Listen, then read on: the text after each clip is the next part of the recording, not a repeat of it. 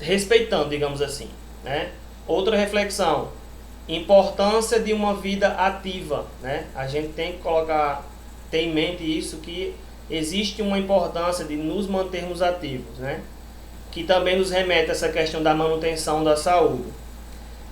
Utilização dos espaços públicos e privados para o desenvolvimento de práticas corporais em prol da cidadania ou protagonismo cultural. Ou seja, a gente hoje tem vários meios de manter-nos em atividade, né? Mantermos a questão da saúde. A gente tem várias pracinhas aí com equipamentos de ginástica, tem pessoas que têm condições de participar, né, de entrar numa academia para fazer atividade de musculação, tem aquelas pessoas que gostam de formar grupos de dança para dançar em determinado local.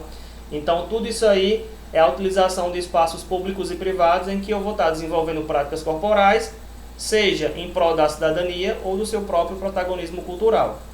Então, se você conseguiu refletir sobre tudo isso, né, você vai conseguir desenvolver em você autoconhecimento e autocuidado com o corpo e a saúde, a sua socialização e o entretenimento. Então, esses itens aí que eu mencionei vão ser algo que vão ser desenvolvidos de acordo com o que você for refletindo sobre os conteúdos que forem sendo ministrados e você conseguir absorver, certo?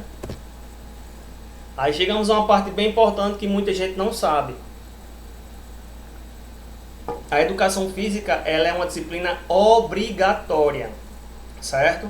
Ou seja, professor reprova, reprova. Mas obviamente que não é o desejo de nenhum professor reprovar aluno, mas é uma disciplina obrigatória porque, de acordo com essa lei aí, ela informa que a educação física ela é integrada à proposta pedagógica da escola e é componente curricular obrigatório. Aí a gente tem noção de que as nossas aulas elas são teóricas e práticas. Então as aulas teóricas elas são obrigatórias.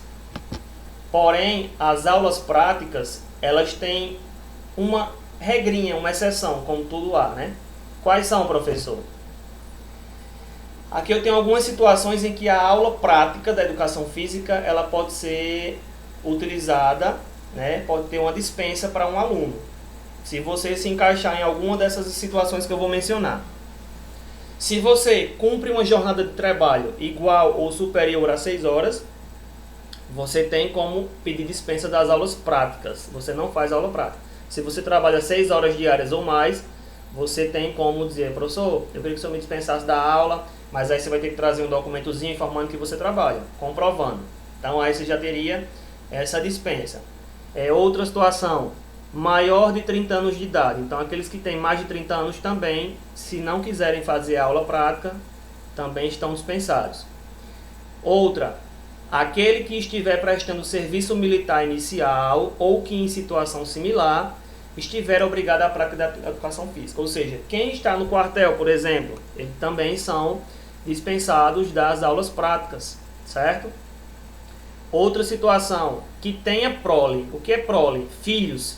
Aqueles que têm 2, 3 ou mais filhos, eles também podem solicitar a dispensa das aulas práticas da educação física.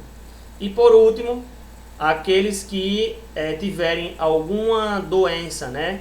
Portadores de afecções congênitas ou adquiridas, infecções, traumatismo, outras condições mórbidas, como por exemplo uma obesidade muito elevada. Então tudo isso aí, esses tipos de comorbidades, de doenças, eles podem também servir como uma dispensa das aulas práticas. Então, só para fechar,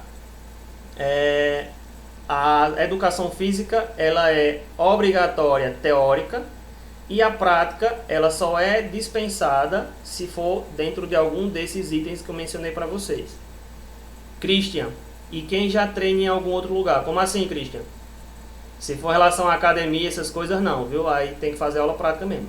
Você só vai ser dispensado se você tiver dentro de algum desses itens que eu informei aí, certo? Esses que estão mencionados aí de acordo com a LDB, né? Aquela lei que eu falei para vocês ainda há pouco. Certo? Então aí a gente teria essa situação aí que muitos não sabem, mas há essa situação aí de pedir dispensa da prática, né? Tito, como vai funcionar isso, professor? Calma, por enquanto a gente está só em aula teórica, né? Por causa da pandemia. Se tudo der certo e voltarmos às aulas práticas, aí a gente vai começar com as práticas também. Mas por enquanto estou deixando só vocês a par da situação de como funciona a disciplina, certo? Quais são os métodos avaliativos que nós iremos utilizar? Então a gente vai ter simulado, vai ter testes, resolução de exercícios, avaliação contínua, né? Tipo presença, falta, participação, demonstrar interesse. Vão existir trabalhos que vão ser orais ou escritos, tipo seminário, exposição. Então a gente vai estar podendo utilizar qualquer um desses métodos aí, onde totalizará 10 pontos. Não estou dizendo que a gente vai fazer tudo o que está aí, mas a gente vai se prender a algum deles, mediante nossa situação atual de aula remota. E sempre teremos algum desses itens aí como método avaliativo, certo? Lorena, professor, eu faço a prática porque quero, mas porque muito tempo tive declaração por já fazer outro esporte. Certo, Lorena, entendo. Agora eu entendi o que Christian comentou. Aqueles que já fazem parte tipo de escolinha, alguma coisa do tipo, né? Pronto, nessa situação aí também eles podem estar sendo dispensados mediante declaração do clube, né? Que você seja praticante, informando isso. Stephanie, e no caso das cólicas menstruais, que não é sempre mais acontece. Então, Stephanie, é aconselhável que as meninas, quando estão nesse período de menstruação, elas evitem fazer qualquer tipo de atividade que seja de alta intensidade, né? Então, mas não impede de fazer a prática de atividade, desde que seja uma atividade, no caso, simples até moderada, né? Essa intensidade. De moderada para alta intensidade, não. Não pode, não é aconselhável, mas de moderada para baixa intensidade é quase, digamos assim, não afetará muito nesse processo de menstruação de vocês mulheres, ok? Nosso método avaliativo. Testes e exercícios deverão ser realizados na data programada, ou seja, a data que eu postar eu vou informar para vocês que vai ser entregue até tal dia. Então até aquele dia vocês encaminham, como eu já expliquei, vai ter a pontuação máxima. Caso vocês não entregaram no tempo hábil, vocês vão ter como enviar, mas aí vai ter um valor menor, certo? Essa questão que está aqui, que está falando sobre atestado médico, é mais para questão presencial, quando tiver algum teste, porque a escola não aceita reposição, a não ser que você traga um atestado médico. Mas como a gente está em período remoto, a gente vai estar podendo abrir essa exceção, porém eu vou estar corrigindo com valor menor, certo? Já informei, Júlio Henrique, eu treino judô, Gil e ainda treino musculação. Eu seria dispensado das aulas práticas, isso 5 vezes na semana ou 3 em um dia. Júlio, se o seu treino for referente a, por exemplo, a um clube em específico em que você tem um professor que lhe acompanhe, que possa dar uma declaração para você ser dispensado da aula prática, sim. Mas se for apenas um treino de judô por lazer, um treino de jiu-jitsu ou musculação, como acontece por lazer, porque você gosta, aí eu não teria como dispensar você, certo? Tudo por questão de lei, né? A gente tem que ter um documento comprovando que você está sendo dispensado daquela aula prática porque você já faz algo semelhante, acompanhado por um profissional que realmente você tem o intuito de estar ali, não apenas por lazer, entendeu? Bem, aqui a gente já falou sobre essa questão de líder da turma, que eu já tenho. Passar informações, né, para vocês sobre o grupo, como eu já tenho também, e o e-mail, certo? Então, para finalizar nossa aula de hoje, eu vou pedir só que vocês agora peguem uma folha de papel normal e uma caneta, e aí a gente vai fazer um pequeno jogo bem rápido, só para a gente ver qual tipo de estilo você está hoje, né? O tipo de estilo de vida. Se você está sedentário, pré-sedentário, se você está em modo de atividade atuante, né? Para isso, a gente vai estar usando aí 4 respostas. Vocês vão escolher para responder nunca, que vai botar 0 pontos. Às vezes vai valer 1 ponto, quase sempre 2 pontos e sempre 3 pontos. Então, professor, como é que eu vou responder as perguntas? Só com isso aqui, ó. Nunca, às vezes, quase sempre ou sempre. No final, a gente vai estar somando o que cada resposta tem de pontuação. e vai ter um ponto geral. E esse ponto geral a gente vai ver na classificação aqui, classificação você está inserido, certo? Por exemplo, você costuma correr, é uma pergunta, é um exemplo. Aí você vai dizer nunca, ou às vezes, ou quase sempre, ou sempre. Não precisa colocar pontuação agora. No final a gente vê qual é a pontuação, certo? Matheus Teixeira. Tipo, eu sou competidor de jiu-jitsu, não é por lazer. Mesmo assim, ainda tenho que participar. Matheus, possivelmente por você ser um competidor, você deve ter um treinador, né? Então, por esse motivo, você traria para a escola uma declaração do seu treinador, informando que você já faz parte de uma equipe de jiu-jitsu, né? Você é treinado e tal para competição. E essa declaração é o que faria você estar dispensado das aulas práticas, entendeu? Então vamos lá, primeira pergunta. Lembrem de responder nunca, às vezes, quase sempre ou sempre. Vamos lá. Você caminha ou pedala como meio de transporte? Então vão responder aí na folhinha de vocês. Ou nunca, às vezes, quase sempre ou sempre. Não é no chat, é na folhinha de vocês. No final a gente vai estar somando para ver a pontuação. Questão 2. Você realiza atividades físicas moderadas no seu lazer, tipo caminhar, correr, pedalar, dançar?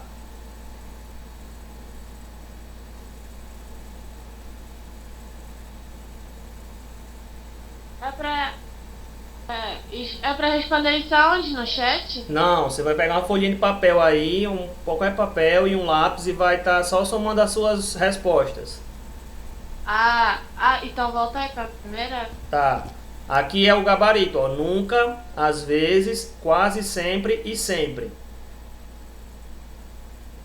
O gabarito que vocês vão utilizar é esse.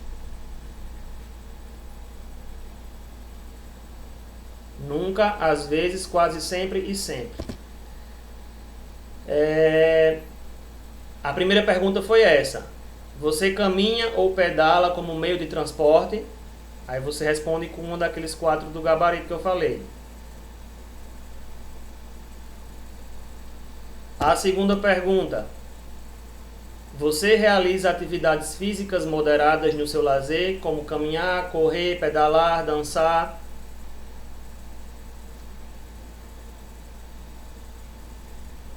Pronto. Questão 3. Você pratica exercícios físicos ou algum tipo de esporte?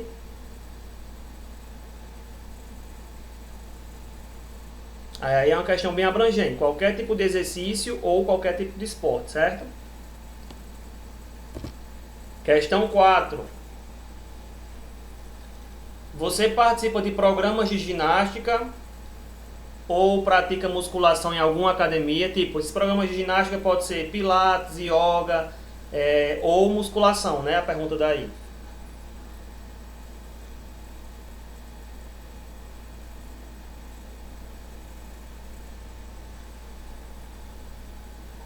E a questão 5.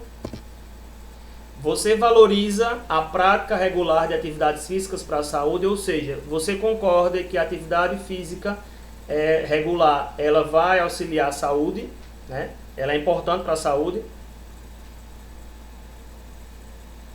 Sim, Christian, tem que ter o CREF, viu? O professor de educação física que trabalha sem um CREF, ele não... Oi? Você pode voltar à terceira questão, porque eu sem querer sair Pronto, da aula. Voltei. Isso, só vou terminar esse joguinho com vocês e já posto no chat a frequência. Só um minuto. São só 5 questões. Professor, né? a senhora falou que muitos professores... confundi. Que o professor precisa ter o CREF, mas atualmente muitos professores ele não têm formação. Por exemplo, balé, por exemplo, jiu-jitsu, que é faixa preta.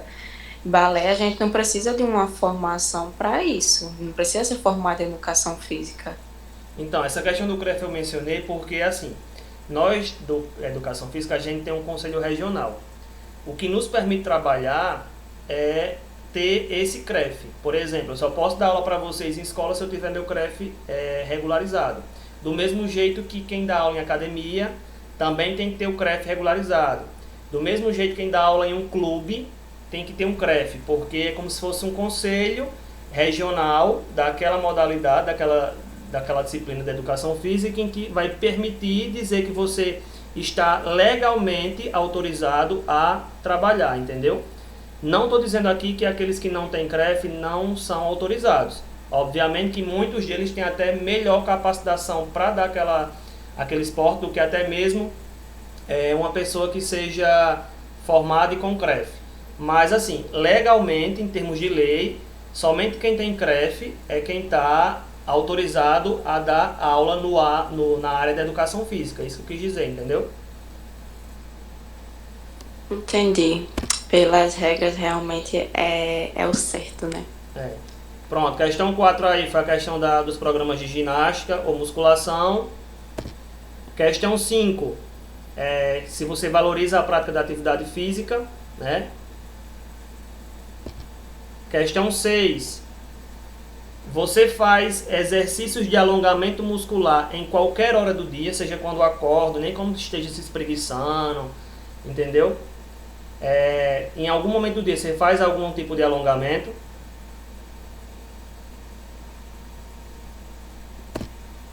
E pronto, vamos agora aos resultados. Some a pontuação de vocês, certo? Voltando aqui só para o início. 0 pontos é quem respondeu nunca, 1 ponto às vezes, 2 pontos quase sempre e 3 pontos sempre. Então, vamos ao gabarito final. Aqueles que tiveram de 0 a 6 pontos estão classificados como sedentários, certo? Você pode estar correndo risco.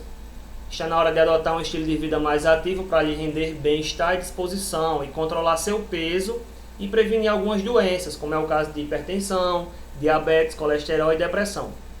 Atividades simples podem ser o começo para mudar essa história, né? Então, quem teve 0 a 6 pontos é classificado aí como sedentário. Guilherme, nunca é 0 pontos, às vezes 1 ponto, quase sempre 2 e sempre 3. Quem obteve aí de 7 a 12 pontos está classificado aí como pré-ativo, né? Bom começo aí. Você parece estar disposto a realmente buscar qualidade de vida e saúde. Lembre-se que não é preciso ter habilidade, equipamentos ou roupas especiais para usufruir do benefício de uma vida ativa.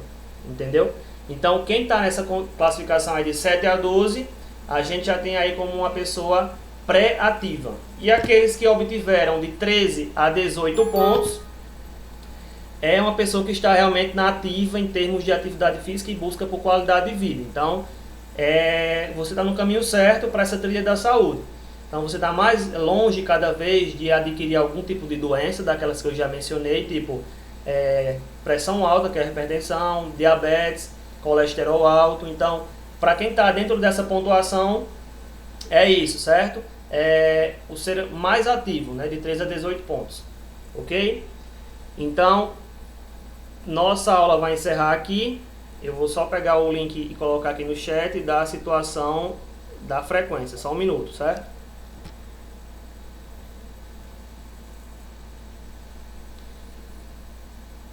De antemão, para quem quiser já dar uma olhada, a nossa próxima aula já vai começar falando sobre capacidades físicas, certo? É o nosso primeiro conteúdo que vai estar sendo trabalhado. Então, quem quiser já dar uma olhadinha o que são capacidades físicas, já vai ser a nossa próxima aula.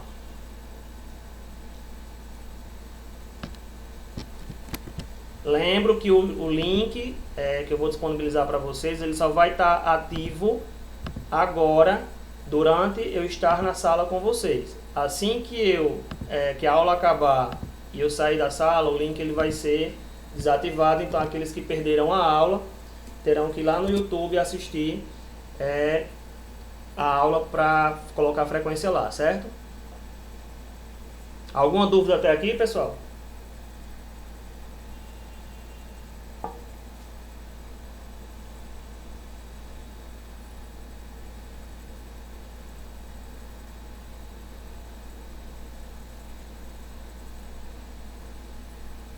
Exatamente, Júlia.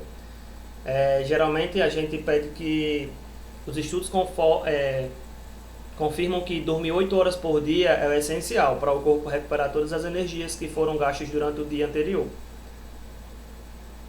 Mas aí a gente tem uma parcial de 6 a 8 horas, mas o importante é que durma as 8 horas.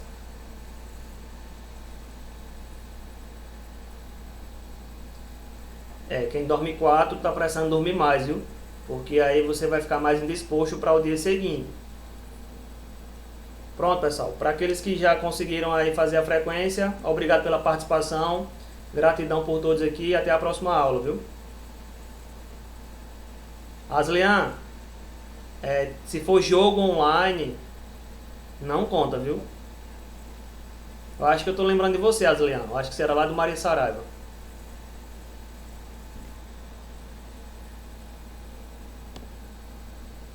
Tchau, pessoal. Até mais.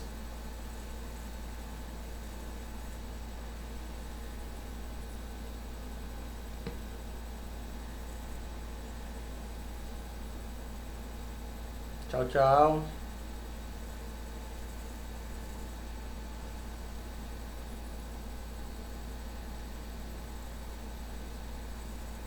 Aslian é uma piada, viu, Aslian? Tem ainda boa memória de você lá da escola, viu? Se for realmente lá do Maria Saraiva.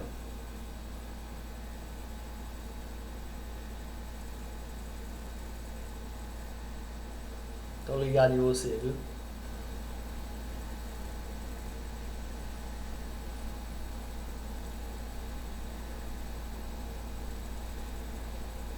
Tchau, pessoal. Até a próxima.